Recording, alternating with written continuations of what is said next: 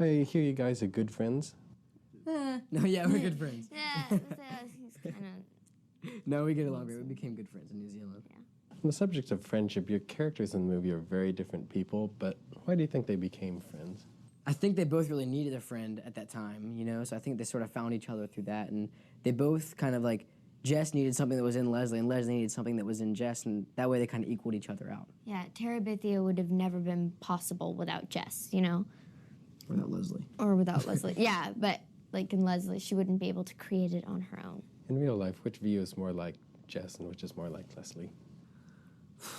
I don't know. I'm not like Jess in a lot of ways, and that was fun for me as an actor to get to play a character that was so different than how I am in real life.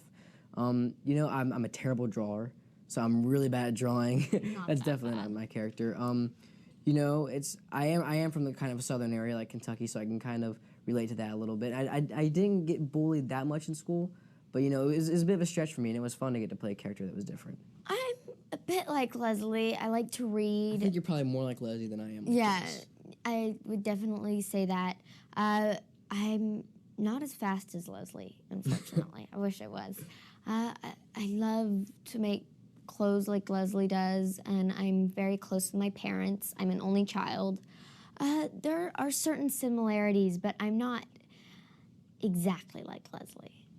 When I saw the trailer, I thought it was going to be like a Chronicles of Narnia movie, but really fantasy is only a small part of the movie. Did you ever think the fantasy elements would overshadow the relationships? Well, they did. I thought they did an amazing job at balancing both of them, because in the book, Bridge to Terabithia, they have, it has barely any imagination. Well, it has a lot of imagination, but no magical creatures. Yeah, exactly. Yeah, it's not very visual or descriptive.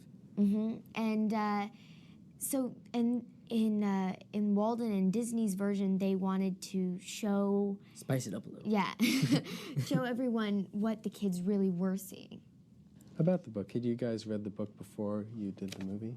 I read the book when I found out it was getting made into a movie because someone told me, hey, you know, there's a kid in there, it's around your age, I don't know, maybe. I was like, okay, I'll read the book. So I read the book, and it was a great book, first of all. I fell in love with it right away, and then I got the script after a while, and it was awesome because just to see how kind of they take a book and they transition it into a script and just kind of see how that transition goes and eventually into a movie. As an actor, that's fun to get to see and be a part of. But no, it was a great book, and it ended up making a great script and a good movie, too. Great movie. Did you get to meet the author of the book? Well, we did. We did a press tour when Bridge to Terabithia came out in theaters, and we traveled around with Catherine Patterson, the author, a little bit, and she is a wonderful woman, and she's like my grandma. Yeah, she's like a grandma. It's like everybody's grandma. Yeah, she's just very warm, and her husband's wonderful. He kept on offering me like things to eat.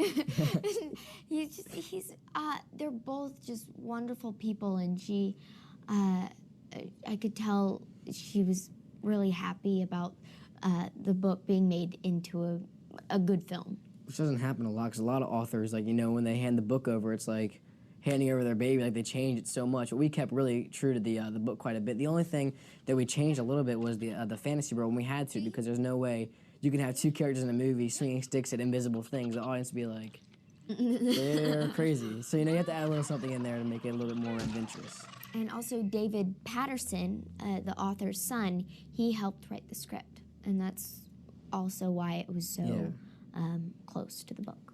And wasn't he like the basis for the book?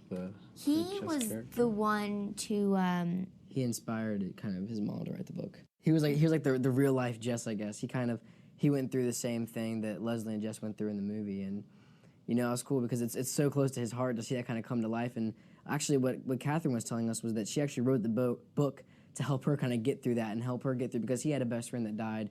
She actually got struck by lightning, didn't she, or something? Yeah, she was in the ocean, and there was a lightning storm. Yeah, so that was crazy, and just to think, I was like, oh, I really hope I don't mess up, because like this is his like life story or something. I don't want to like do something wrong, you know. But they were there to kind of help guide us, and since he helped write the script, you know, he was very pinpoint on what he wanted. So what he went through in his real life, and did he help you like shape your character? You know, I think he shaped it in the writing a lot. I think that was his biggest way to help me, was when he wrote the script. He wrote it based on him, and that really helped me to get through it. And he was there a few days on set, but it was all the way down in New Zealand. I was away from his family and everybody, so it was difficult for everybody to come down there. How'd you like being in New Zealand? Oh, it was so beautiful. I mean, I really, really want to go back there. And my family and I, we were going to buy some land there, but we thought, oh, it's so far away from my family. But it's so magical. And the North Island, which is where we filmed, is very tropical and beautiful, and we lived on the beach. And then the South Island is very rugged. It's where they filmed The Chronicles of Narnia and Lord of the Rings. Can you guys think of one or two other books that you think would be a great movie that you could be in? Ooh, man. Well, I have optioned 2 books. A Summer of Kings is a wonderful book, and we're trying to make that into a film. And then also Bloody Jack. That's a book series, and it's about a young girl pirate. It's a cool book. Actually, my family just started our own family kind of production company called Jet Lag Productions, because deal with a lot of jet lag when you're on the road. But we're looking for books and stuff like that to kind of some literature to make into movies and stuff. And it's a really fun process. It makes you read a lot more. Because like before then, I didn't really read that much. I haven't been a big reader. But since now, like I have to read books and stuff and see if they're good and find good characters. So at the moment, we're just kind of looking around for the right stuff.